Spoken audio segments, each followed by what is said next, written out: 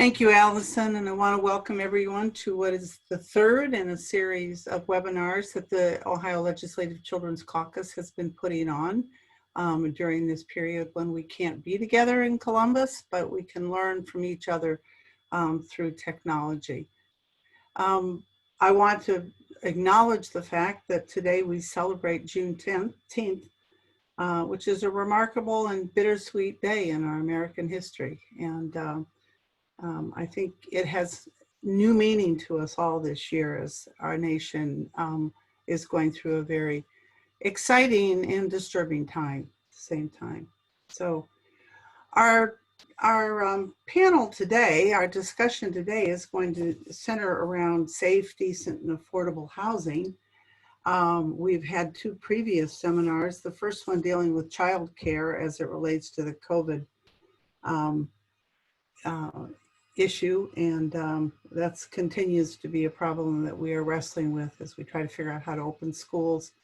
Many of the child care centers have opened up, but the verdict is not really in yet as to how well that's going. We also had a panel on children's welfare during COVID-19 and beyond, another problem that continues to challenge us. Today we are going to be looking at safe, decent, and affordable housing, which is fundamental to the health and prosperity of Ohio's children and families. I would like to share a few sort of statistics for you just to sort of frame this issue, because it's really quite disturbing. First off, the HUD's annual homeless assessment report to Congress counted 10,249 homeless Ohioans in 2018, which was an increase of 1.5% from 2017. The Coalition on Homelessness and Housing in Ohio found that young children are among the fastest growing segments of Ohio's homeless population. Nearly 30% of all individuals accessing homeless services in 2017 were minors, 30%. This includes 2,943 infants under age 1, an increase of 53% over 2012. From the U.S. Interagency on Homelessness, we know that public school data reported to the U.S. Department of Education during the 2017-2018 school year showed that an estimated 34,180 public school students experienced homelessness over the course of the year at some point in that year. Of that total, 374 students were unsheltered, living on the streets. 5,200 were in shelters, and 1,958 were in hotels, motels, and 26,000 were doubled up with other relatives. These are rather frightening statistics in a country that's one of the wealthiest in the world, and during a time frame where we were touting our prosperity. So with those facts in mind, I'd like to go ahead and turn the panel over to Gina Wilt. Gina is going to not only be a panelist, but she is going to moderate the panel today. And welcome, Gina. Thank you, Senator Lehner, and thank you, Co-Chair Russo. We appreciate your leadership on these very important issues, and just happy to be here with such experts around the table, our virtual table. And again, I'm Gina Wilt. I'm the Advocacy Director for COHIO. COHIO partners with local organizations to end homelessness and to promote affordable housing. And I think over the last few years, I've definitely noticed, in talking to people, more and more people are realizing that just if you think about general housing is expensive, and homelessness really can happen to anyone. And I love that we're framing this discussion around the fact that housing is healthcare, and providing a safe and sheltered space is absolutely essential for our families during this public health crisis. Senator Lehner gave a great rundown on the statistics, which, the most alarming to me is that over a course of a year, we had nearly 3,000 babies in our homeless service system.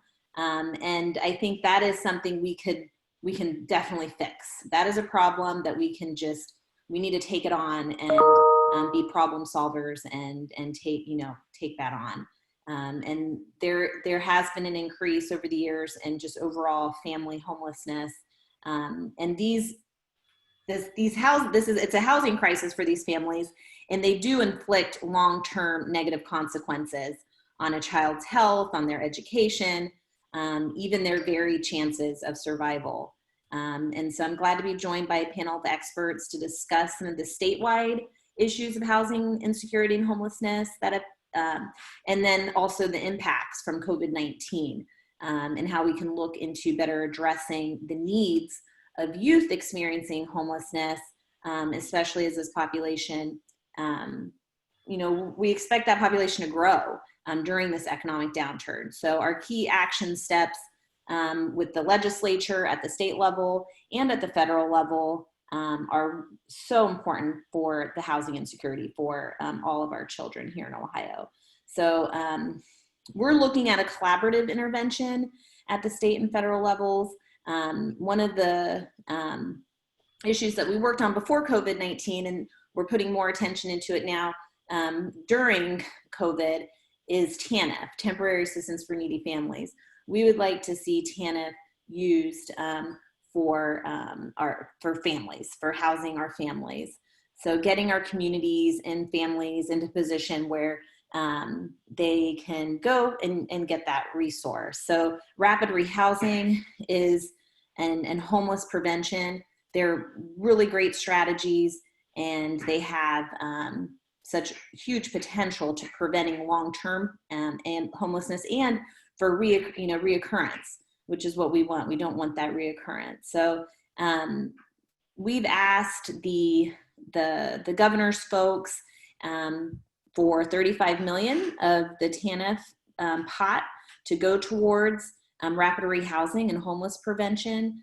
We've put that ask in a couple of times. They are looking at it. They are taking a serious look at it. We've been working very well with JFS on putting kind of the numbers together, figuring out how we can get that done. And we've also had a great opportunity to work with the Office of Faith-Based Initiatives. Director Michelle Reynolds was very helpful, and the governor and lieutenant governor in providing $1 million for TANF during this pandemic. So that was able to serve some families. Housing is expensive, but it was a great start in the right direction and gave us an opportunity to, TANF is complicated, but to be able to figure out how to use it and get it done in order to help our families. So now we have, about 1.2 million Ohioans who've applied for unemployment benefits in just in a short period of time. Before that, we'd already had nearly 400,000 households spending over half their income on rent.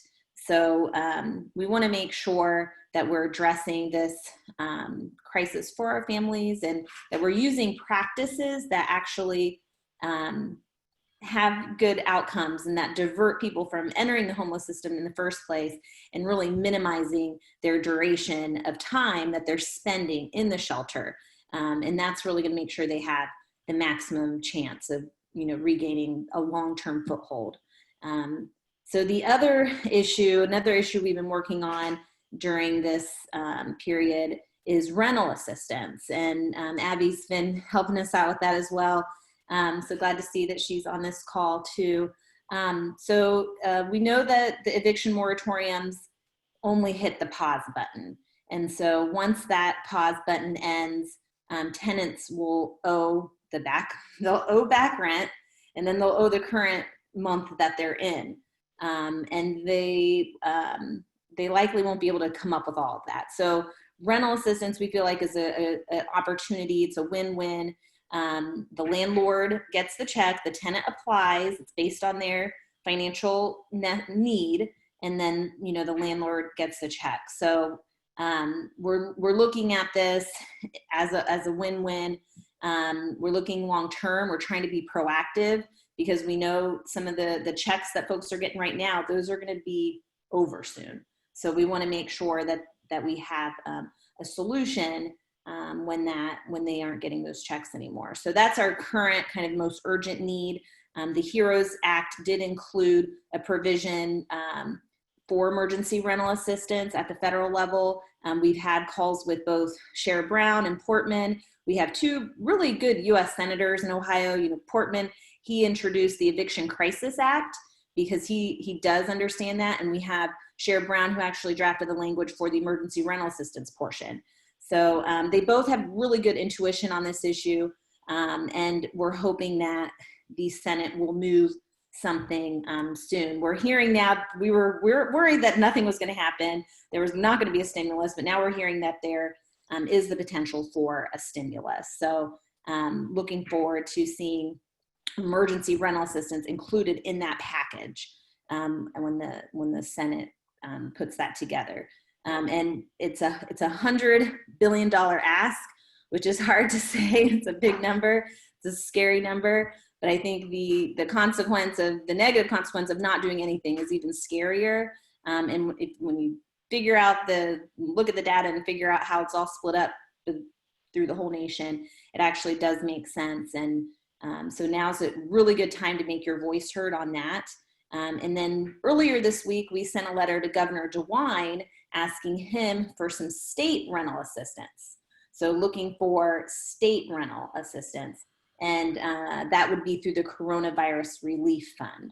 So, and we can talk a little bit more about that later, but I'm excited to hear from our panel. And I think Asia is up. So Asia McKenzie, thank you so much for joining us. You guys for having me. So I'm just gonna get started. For the majority of my life, I lived in subsidized housing in an 8-person household. We survived on governmental assistance programs. When I was 16 years old, I became homeless because my family was evicted and banned from public subsidized housing. Since then, my family's housing situation has remained extremely unstable. We have remained separated from each other, with my family members living with friends in shelters and sometimes even living in tents in the woods. Personally, I have lived with teachers, friends, family members, and in shelters in order to survive. I currently rely on student housing at OSU during the school year, and I live with a close friend during the breaks. Governmental programs should be designed to promote the financial and educational welfare of its citizens. Government programs that attempt to approach this issue are often problematic and difficult to navigate for people with little resources and time. Programs that I have experience with, such as food stamps, HUD, and disability, have strict guidelines about who can use them and how, and don't provide stability for people who need them the most. These programs should be funded more, expanded, and apply to a wider variety of people and easier to navigate. Whatever housing is provided for the homeless and low-income individuals should be of good quality with regular inspections and high standards. I have lived in subsidized housing designed for low-income families, in shelters, and in housing paid for by stipends for homeless individuals. The main problems that I have seen in these housing forms are as follows. The biggest one is housing for unaccompanied minors. I was a minor when I became homeless, meaning that many of the programs that are designed to help people like me couldn't do anything until I was 18. I didn't have my parents to accompany me. I wasn't able to access these programs without my parents. I wasn't able to do so on my own, so I was left to my own devices. Government programs that help those in poverty and homelessness, especially the youth, especially minors, are severely limited and strict. More programs for homeless minors should be created, in my opinion. Not every minor who is homeless is going to have the resources or time to complete an emancipation process in order to utilize programs that require you to be 18. It was extremely frustrating and disheartening to know that programs existed to assist homeless youth like myself, but be prevented from accessing these resources because I was a minor by law, but I was forced to live like an adult. When designing programs for the homeless youth, if possible, make them available to minors, especially unaccompanied minors. I Another issue that I saw was when stipends are provided to the homeless, they are often insufficient to rent good quality housing and to afford utilities in the current market. People are often forced to rent places that are too small for their needs, or are dilapidated, or are infested with pests, or all the above. I have lived in houses without running water and with bed bugs, lice, roaches, and rats that have been subsidized by the government or have been approved by HUD. Simply providing a homeless person with a roof over their head is not a solution if they have to endure unsanitary and unhealthy conditions under that roof. A third issue that I noticed was the criteria to apply for housing designed for the homeless and low-income individuals is too strict, and it is too easy to lose those privileges to those resources. In many cases, your access to these forms of housing can be denied or severely restricted if you have a criminal record or a previous eviction. Growing up in Appalachia, many of the low-income people in my community have had drug addictions or have dealt drugs on the side in order to feed their families and pay rent or to survive being homeless. Many have been evicted from their provided housing because of this, and thus have lost access to future housing programs either permanently or for a specified period of time. If you create or expand programs designed to provide housing for the homeless, I ask that you don't expect homeless people to act like saints. When people are put into desperate situations, such as homelessness, they often make mistakes that seem in their best interest at that time. If they break the law to survive, they should obviously be punished accordingly, but they shouldn't lose access to homeless housing programs entirely or even temporarily. Preventing someone from utilizing programs because of a past record or a past eviction for any period of time doesn't help them escape their situation or to avoid those same mistakes. Not being homeless helps them to do that. When creating these programs for the homeless with rules and restrictions, try not to make the punishments too harsh for breaking those rules. For years, my family was teetering the line just above homelessness, and it was one small crisis that sent us into homelessness. Programs geared toward the homeless should be proactive as well as reactive in order to help those not be homeless in the first place. I think that people should attempt to provide more governmental safety nets for those that you know are close to homelessness. Another issue that I noticed with housing was these programs are not easy to navigate for people with little resources and money. Take into consideration the people these programs are designed for. This may sound easy, but in my experience, many programs fall short. Remember that the homeless often do not have access to reliable transportation or technology, and not all of them have the same level of education or the same ableness. Many members of my family are mentally disabled and physically disabled and homeless, and so struggled greatly when attempting to access the programs that were designed for them. Application processes and the required steps should be designed in a way such that they can be clearly understood by as many types of people as possible. When designing programs to provide housing or support for the homeless, consider providing transportation assistance for disabled people during the application process and assistance with access to technology when necessary. Another issue I noticed was programs designed for the homeless are often disconnected. When designing programs for the homeless, consider making them more connected. When the homeless have to navigate many different rules and requirements of many different programs, they can be deterred by the challenge to the point that they do not take advantage of all that is available to them. It is difficult to move locations when dependent on government resources, leading to a feeling of being trapped in one area, unable to take advantage of opportunities elsewhere. Another issue I noticed with housing was there are simply not enough shelters in each area, and often homeless people are deterred from living in shelters due to the conditions that they face there. Many of my family members stayed in shelters when they had to leave during the day to search for jobs, which was a challenge for my family members with children and those with disabilities. These places are often cramped and rampant with theft. In my experience, stipends for permanent housing for the homeless are more effective and beneficial than homeless shelters alone. There are many more issues that intersect with the challenge of homelessness, including food insecurity, education, support from the community, being disabled, but those I have listed are the main ones I have experienced related to housing. I just think that people shouldn't assume that there is one type of homeless person or homeless youth. different people are going to face different adversities when they are homeless.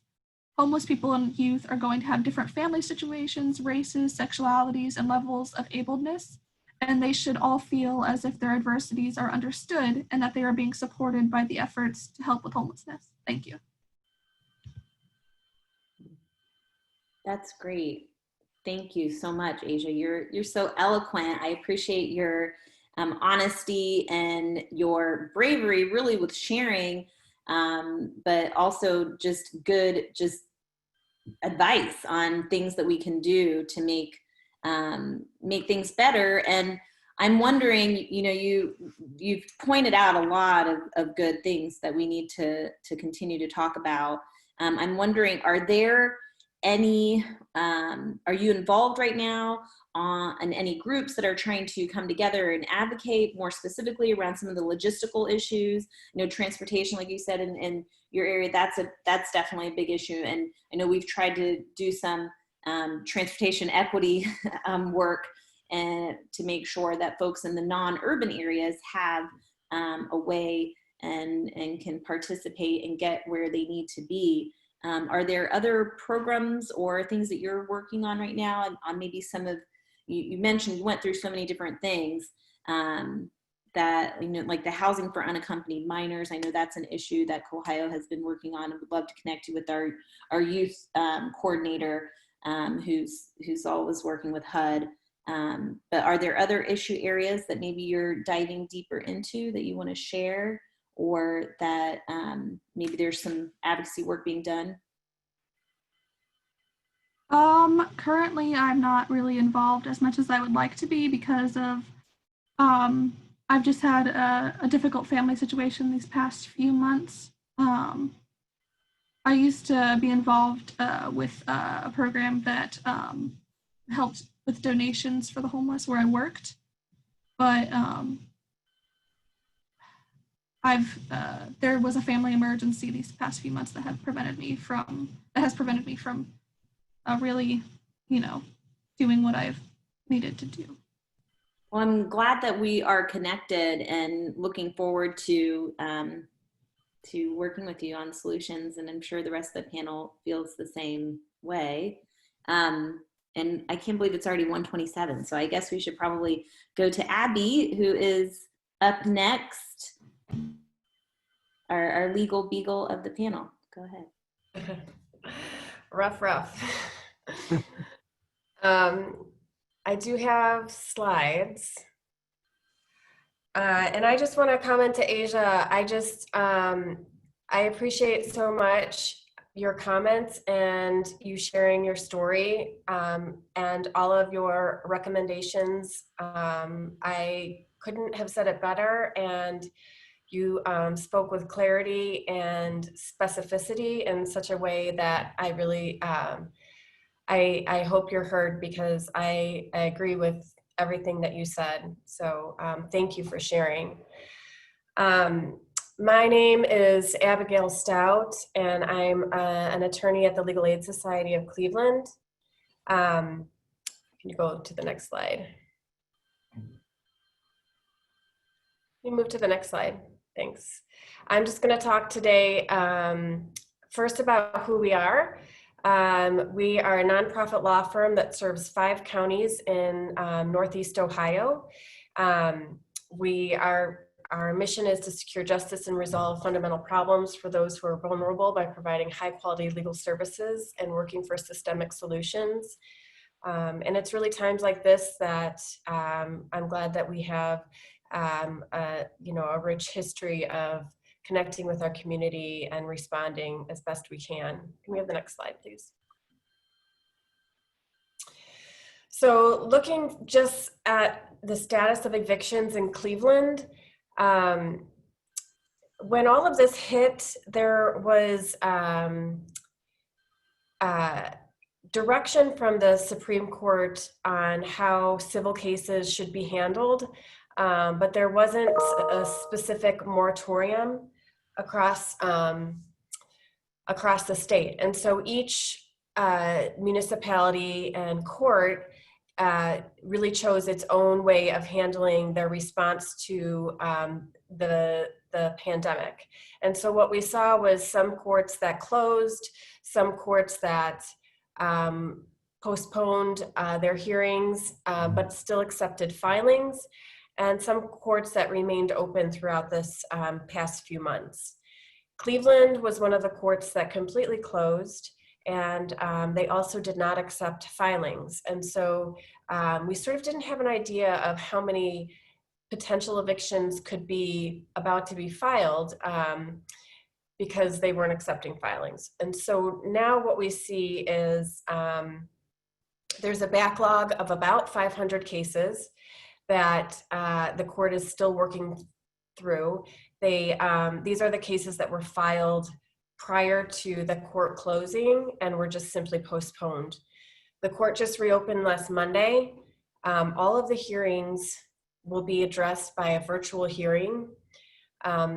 Parties can ask for an in-person hearing, but they must do that with at least 7 days prior to the hearing, and that hearing will be scheduled for the next day. When new filings are filed, so they've started accepting filings for evictions, a single landlord or law firm can only file up to 25 cases a day, and the court is accepting a maximum of 125 cases. So this means it limits the number of filings per day. The court will accept the paperwork for new filings if they go over the 125, and those filings will those evictions will be just filed the next day in first come, first serve order. And hearings are set for 30 days out. They used to be set for 21 days out.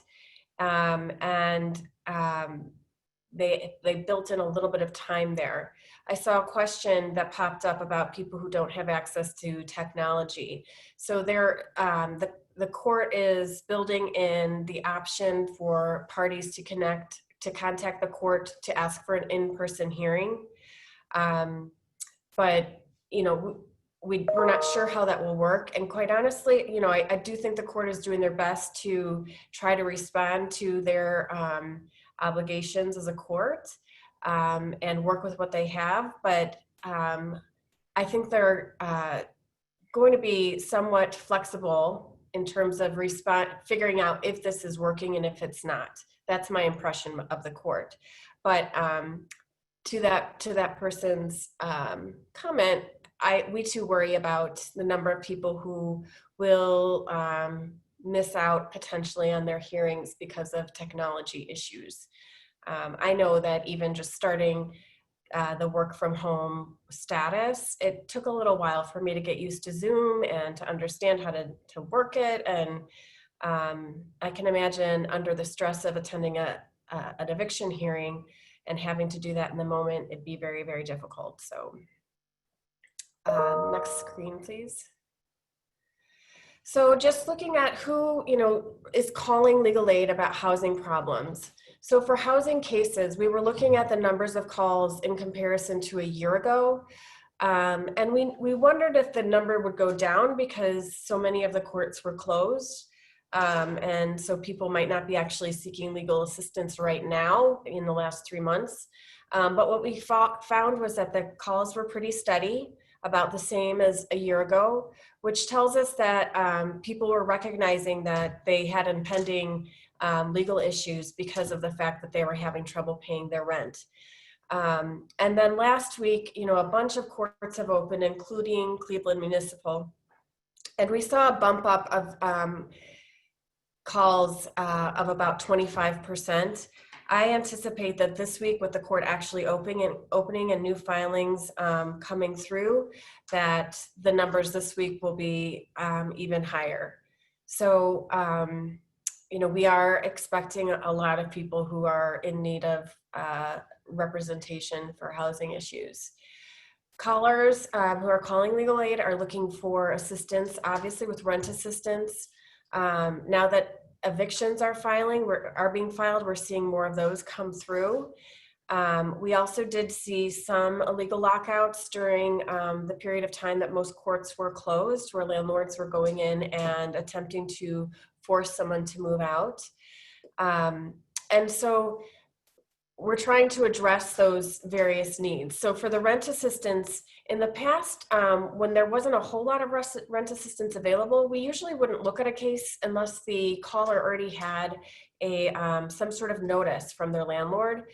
During this period of time, we opened up our assistance for anybody who was calling because they were simply behind on rent, whether or not they had received any notice from their landlords.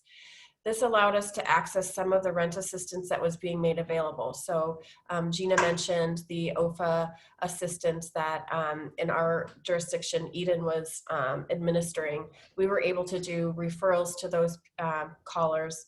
And those were people that sometimes wouldn't fit into the boxes that rent assistance necessarily was aimed towards. So they were single households, which a lot of times there weren't, without a child or without a disability or without having a veteran status or, all these other requirements to sort of target the most vulnerable, that just someone who's lost their job and can't pay their rent would have trouble getting that assistance. These programs have been sort of widened up and made more available. We're seeing calls from Cleveland, from the suburbs around Cleveland, and from really the other counties that we serve, Lorain, Geauga, Lake, and Ashtabula. So the calls are increasing. And a couple of trends that we've just been noticing in the last week or so, the CARES Act has a moratorium on evictions for any, mortgages that are backed by Freddie or Fannie Mae, and also for all kinds of types of subsidized housing. Those are a prohibition for filing an eviction for non-payment of rent. But what we're seeing is some cases that are popping up that are some other type of lease violation, but generally wouldn't have garnered an eviction case. And what we're suspecting is that there are some landlords that may be filing for a non-payment of rent case and are choosing some other type of lease violation that maybe is on the minor side in order to evict a tenant. So we're looking at those cases really carefully. We're also getting a sense that landlords are just a little bit antsy at this point. So, okay, we can move on to the next slide.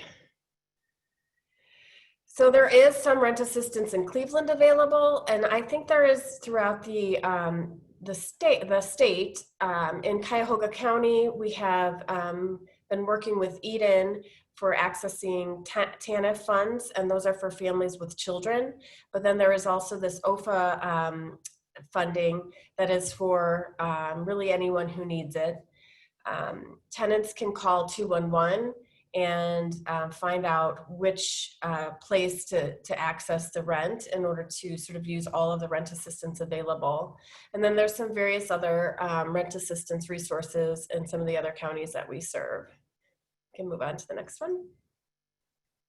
I just wanted to mention that in Cleveland last October, they passed a right to counsel for tenants who are very low income and who have at least one child in the household. It launches on July 1st. It's effective July 1st. So the timing could not be really better, because what it means is that anybody who is eligible financially and who has a child in their household who lives in Cleveland and is being evicted, they have a right to have an attorney. And what we find is that even if somebody has no defense to an eviction, like they haven't paid their rent, having an attorney involved can allow us to better negotiate a settlement, access rent assistance, or create a softer landing for tenants who may actually have to move. And so this is launching on July 1st. We've staffed up, and it couldn't have happened at better timing, because now we have increased our staff who's addressing evictions right when we both were expecting to have a really huge number of evictions that are occurring. Next slide. And so what we have been recommending to tell tenants, I think there has been some talk amongst the landlord-tenant world that tenants have decided not to pay because they knew that the courts were closed. I think this is, frankly, probably only true for a very small number of people. I think most people know that if they don't pay their rent, they're at risk of eviction. And so for any of those tenants who are questioning, well, if the courts are closed, do I really have to pay my rent? We do recommend telling people you do have a rent obligation and you do need to pay it. That being said, if you can't pay your rent, and many people can't, we want people to communicate with their landlords, keep their landlords informed, and tell the landlord what efforts they're making in order to try to get the income to pay their rent. This will help just keep the communication open, and we have found that many landlords are actually seeking the tenants to apply to rent assistance. And so, we encourage that as well. We are encouraging tenants to call legal aid if they're having problems with unemployment issues or with housing issues, and for them to seek rent assistance. Next slide.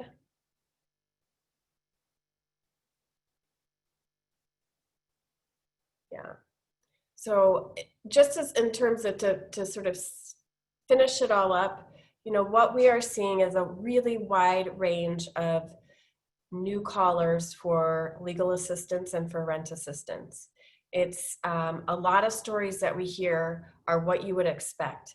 People who lost their job because of COVID, people who were in the industries that were most impacted, who worked at the airport, who were Uber drivers, who worked in all of these different types of professions that just really shut down when the state shut down. And some of them are getting their jobs back and just need help paying the last few months. But there's also a whole lot of people out there who are really at risk of unstable housing because their area of work has not opened up fully. Our restaurants are only halfway there. A lot of our other places are still only half open. And these are the exact jobs that our low-income community have relied upon in order to pay their rent. And so rent going backwards is really helpful, but rent going forwards is also going to be really needed, in addition to probably amped up mediation in order to help landlords and tenants work out accepting rent assistance and somehow to slow down our eviction process in order for those negotiations to work out. So. Thanks, Abby. That's great.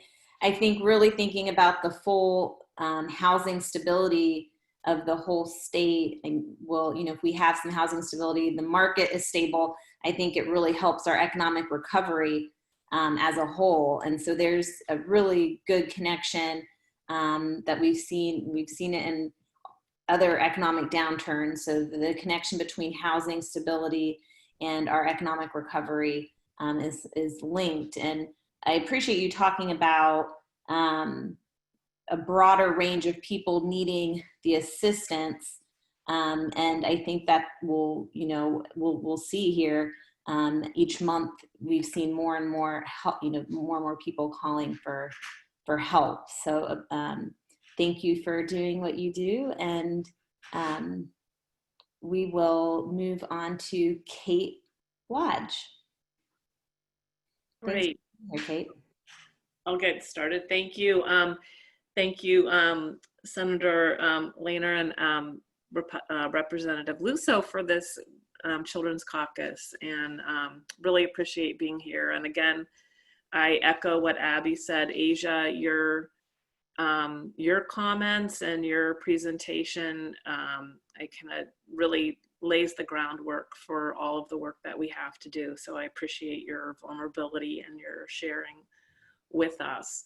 A place for me, I'm going to go quickly through this because I see that our time is coming to an end for the hour.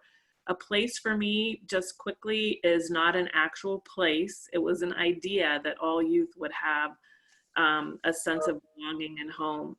And we started really as a collective impact to try to bring systems to the table to do that. 4 buckets that we really work on is prevention, those youth aging out of foster care. How can we prevent them in the first place from becoming homeless? Secondly, creating a safety net so that when youth in housing instability and homelessness do, show up, how can we connect them quickly back to resources? Third is assuring that there's stable housing resources available for young people, and leveraging wherever, state, federal, local dollars to do that. And then coordinating supportive services, because having a place isn't enough. We need a mentor, we need financial assistance, and many times we need flexible emergency dollars that many of us could go back to our parents and ask for another month's rent. Well, in situations of poverty and we know our situation of systemic racism, families often aren't able to do that. So those are the 4 kind of buckets. But who is we? I keep saying we. A place for me is 4 people right now, but we is that government sitting at the table along with programs. Abby mentioned Eden and frontline folks that are already dealing with the homeless population and housing, and philanthropy. So Sisters of Charity and the Ann E. Casey, Jim Casey Youth Opportunities Initiative sit at the table with us as we're doing this. Best practice principles, authentic youth engagement, and Asia is an example of, you can't solve these problems without the voices of the young people that are literally going through it, helping to advise. What do we know? So nothing about me without me is a tagline you'll hear, and that is about including the people at the table. Community collaboration's important. Policy and advocacy is a best practice principle, but nothing without a race equity lens and inclusion to really look at, always disaggregating your data to see who are we helping. Looking at the stark reality of your data is hugely important, and increasing those opportunities. So those are best practice principles. Processes that we've put in place through this time is getting young adults appointed to whatever councils we could or committees that we have. That's been a by name list. This is best practice that we're pulling down from the HUD practices around youth homelessness. But really, this is for the 18 to 24-year-old literal homeless who are walking through that door for shelter assistance, making sure that everyone's connected to a case manager. And there's many that are like, Asia was talking about the shelters, that some young adults don't want to go to a shelter. And so even having access to housing resources could be somebody who's in their car or in an abandoned house. They can be included on the list for resources. You don't have to be in the shelter to get it.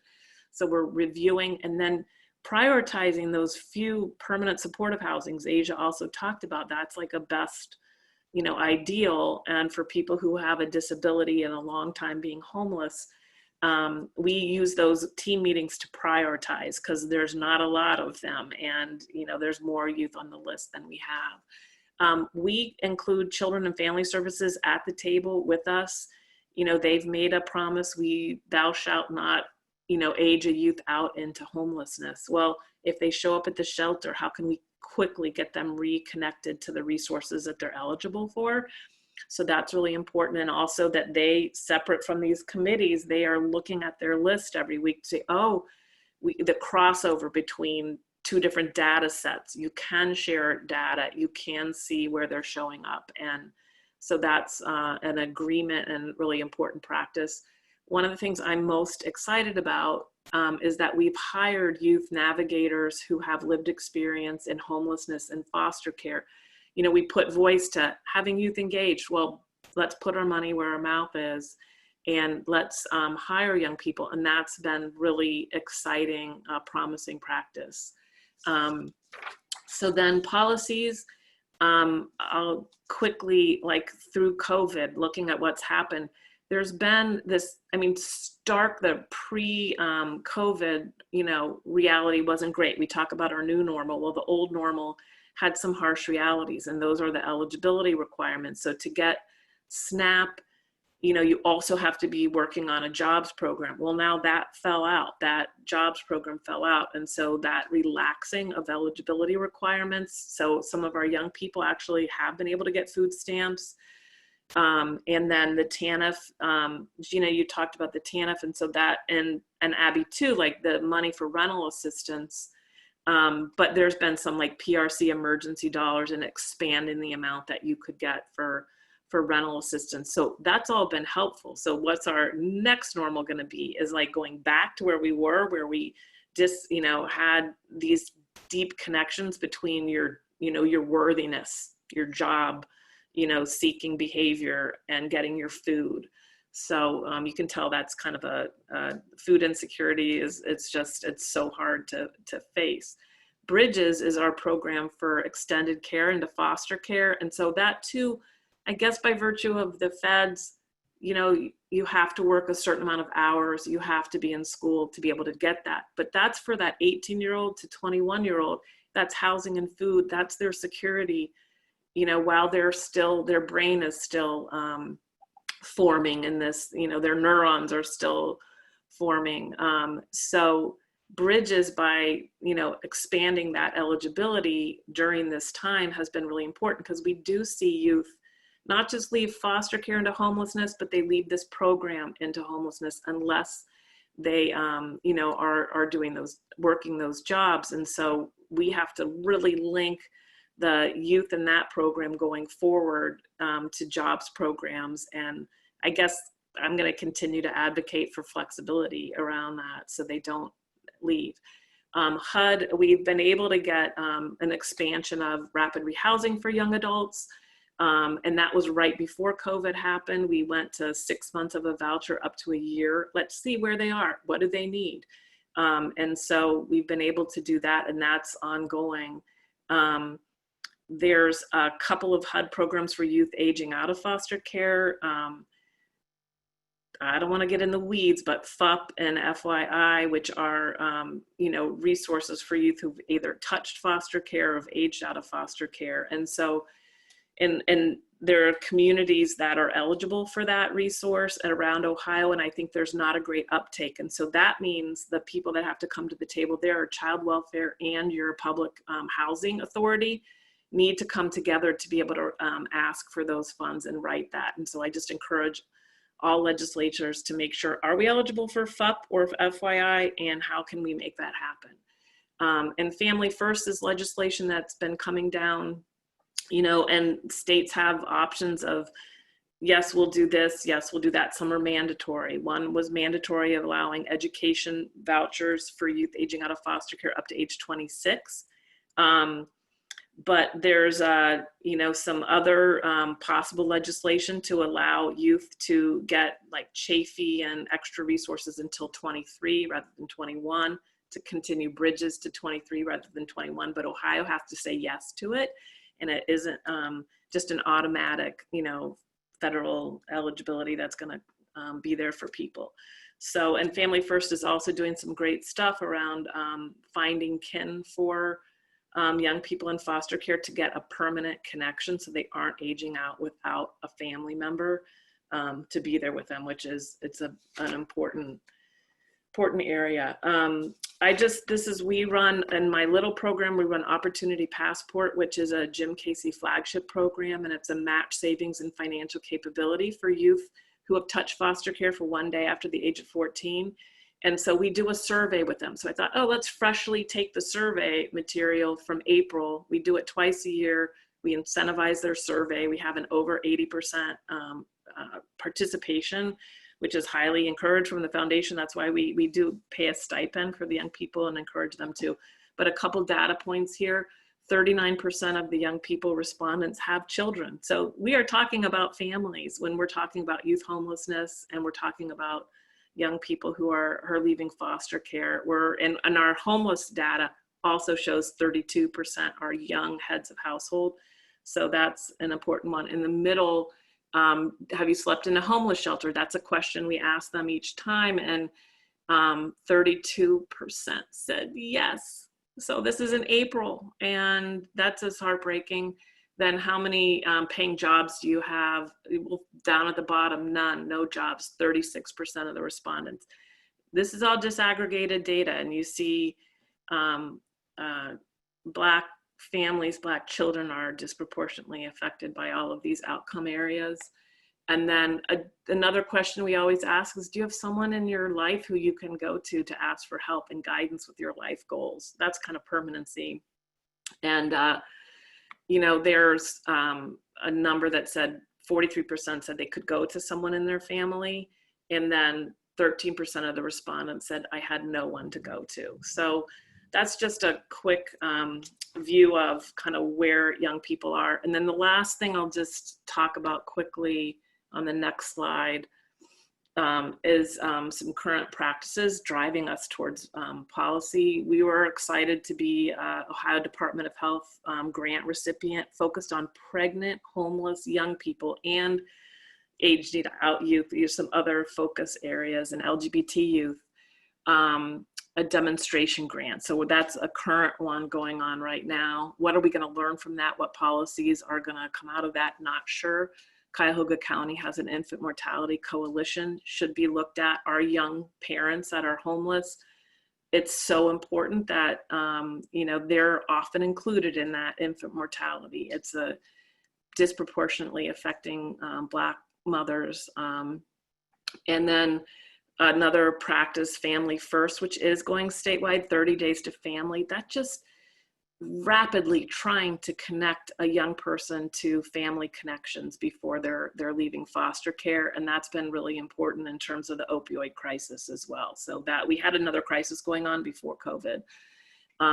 HUD, I already mentioned, housing for youth aging out of foster care. There's some things on the table there. Not every county, many counties are not doing anything to uptake that with FYI and FUP. So that's like sitting there, an opportunity for us to go for. And then the CARES Act, like, I guess, you know, Abby said it really well. There's a number of different rental assistance programs. There was the Tanf and there was the OFA, and then we're looking at CARES coming down. It's all temporary. It's all gonna be a Band-Aid, but we're so grateful. And it has, like, our numbers are down in terms of youth homelessness. We had 170 every month for many months going, 111 last month, and they're diverting 50% at the front door because they've had to decrease shelter populations and use hotels and really have a strict intensive kind of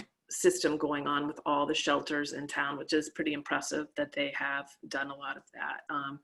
And families, because many of our youth homelessness resolve their homelessness through going back to family. And a lot of the families are like, okay, it's a crisis, you can stay. It's temporary. We're just kind of waiting for the next wave. But we are doing what we can. We try to raise some money through philanthropy locally to get some of those hot spots and computers. We got 10, not a lot, but we can help like a young person who's looking for jobs in housing and link them right now with some of that, and then understand more the gaps around that. So I went really fast, but it's 2:55. So I'm trying to think, leave no stone unturned. I always say that. Everything, nothing. It's not one magic thing that's going to fix and not one resource that's going to fix these things, but it's getting it from everywhere that we possibly can. And then I'm inviting you at the bottom, the YWCA is having a 21-day race equity challenge. I know the YWCA of Dayton is also having it. It's just Juneteenth. It's, you know, upon each of us to educate ourselves and to do everything we can to face strategic or systemic racism. And it happens with us doing our own reading and learning. So I just wanted to throw that out there. So I'm good. I'm done. That was fast. Thank you, Kate. This is Representative Russo. I'm going to jump in here to moderate. Gina had to drop off, but thank you for that presentation. Thank you also to Abby for your information. And then I will just echo what others have said to Asia as well for adding that voice and personal experience. I know that we have a couple of legislators on the presentation. I do want to give them just a minute or two to throw out a couple of questions. And if we don't have any, I have one that I would love to ask, but any legislator on who has a question or a comment, go ahead and take yourself off mute and jump in.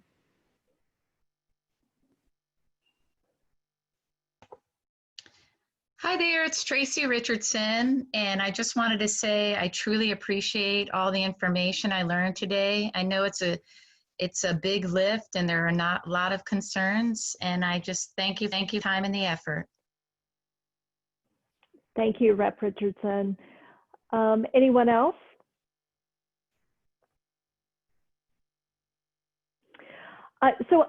So I do have a question, you know, thinking about this issue, we know certainly in terms of housing insecurity and homelessness before COVID-19, we certainly had many racial and economic disparities in this space long before COVID-19.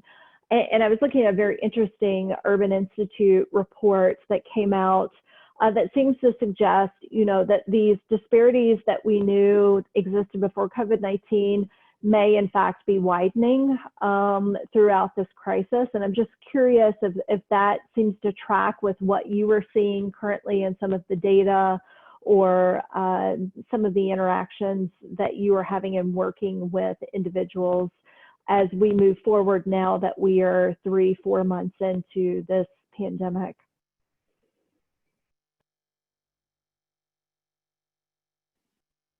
I was just going to say that the stark, you know, almost 83% of our homeless youth population being Black. I mean, that hasn't, it hasn't gotten worse, but I think I just expect that it will keep revealing these stark disparities. But I mean, that has stayed steady, but I hear what you're saying about what more we're going to be learning.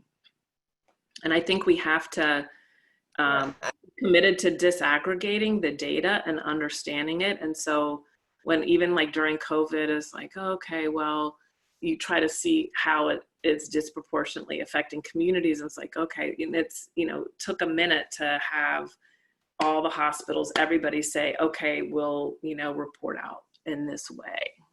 So it's, if we could get a commitment of people drilling down in their data, that will reveal maybe what was before or more intensified, but it's like a commitment that we could take, and it would move things forward into our understanding in the future.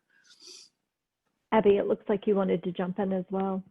Yeah, I mean, I don't have any data from the last 3 or 4 months, but we had a report that we commissioned from the Case Western Reserve to look at what's the impact of evictions downstream, like what happens to families.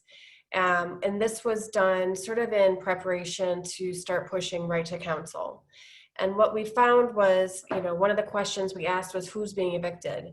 And they found that in Cleveland, 77 of the tenants who showed up at court were African American, and 78% of them were women. And I don't remember the exact percentage, but a large percentage of them have children, at least 2 in the household. So that demonstrates already who's most impacted by evictions. With our new Right to Counsel program that's launching on July 1st, we'll be collecting all kinds of data and be reporting back to the community. And I mean, I think to Kate's point, it is one way of drilling down to find out, you know, who has been most impacted. I think we will see people who came from more working poor as opposed to very poor prior to COVID. So income-wise, we may see people who in the past had higher incomes than the typical clients that we serve, but I suspect that the racial disparities will be evident, problematic. Well, yeah, go ahead. Sorry. Go ahead, Rep. Senator Russo. McKenzie. No, go ahead. I just wanted to make sure, did you see there was a question in the chat box? I actually just saw that. Thank you for pointing that out. And I know we're coming up to the time, well, we've gone past our time, but I do want to throw this out because I think this also speaks to this disparity issue as well in thinking about how do folks without access to the internet navigate these issues. And, you know, I will say in the legislature, we've been dealing with this issue of broadband access, which touches on so many different aspects, including housing security, access to healthcare, access to education. And can you talk about, you know, some of the challenges here? And this is probably all that we have time for today, but. Abby, do you want, or I mean, I can take what, I mean, I am, you know, aware of that, like the Obama phone and the smartphone and getting that access, people being really creative about going to where libraries closed, but they left their Wi-Fi open. So going to, you know, parking lots and doing homework and whatnot for kids that were home. But there is this one program, so I was researching because I got this little bit of money from, thankfully, from not a little bit of money, but it was, you know, it wasn't like millions, but because I'm getting 10 Chromebooks and hotspots from PCs for people and they refurbish them. And so finding a resource that that could do that. I mean, that's your philanthropy coming out and not a systemic, you know, what you guys are doing at the legislature in terms of broadband. So it's piecemeal. I guess I'm saying I feel bad. It's piecemeal. It's not what everybody needs, but doing the best we can. Well, thank you. Again, I just want to thank our panelists. Several people have had to jump off because we've gone past 1 o'clock, or 2 o'clock rather. But again, thank you for the work that you do in this space and for your advocacy and for taking the time today to talk about these issues and how they are impacting Ohio's families and children and youth. And I appreciate everyone's time today, especially our legislators who joined. And we look forward to our next discussion in 2 to 3 weeks. Thank you all. Thank you.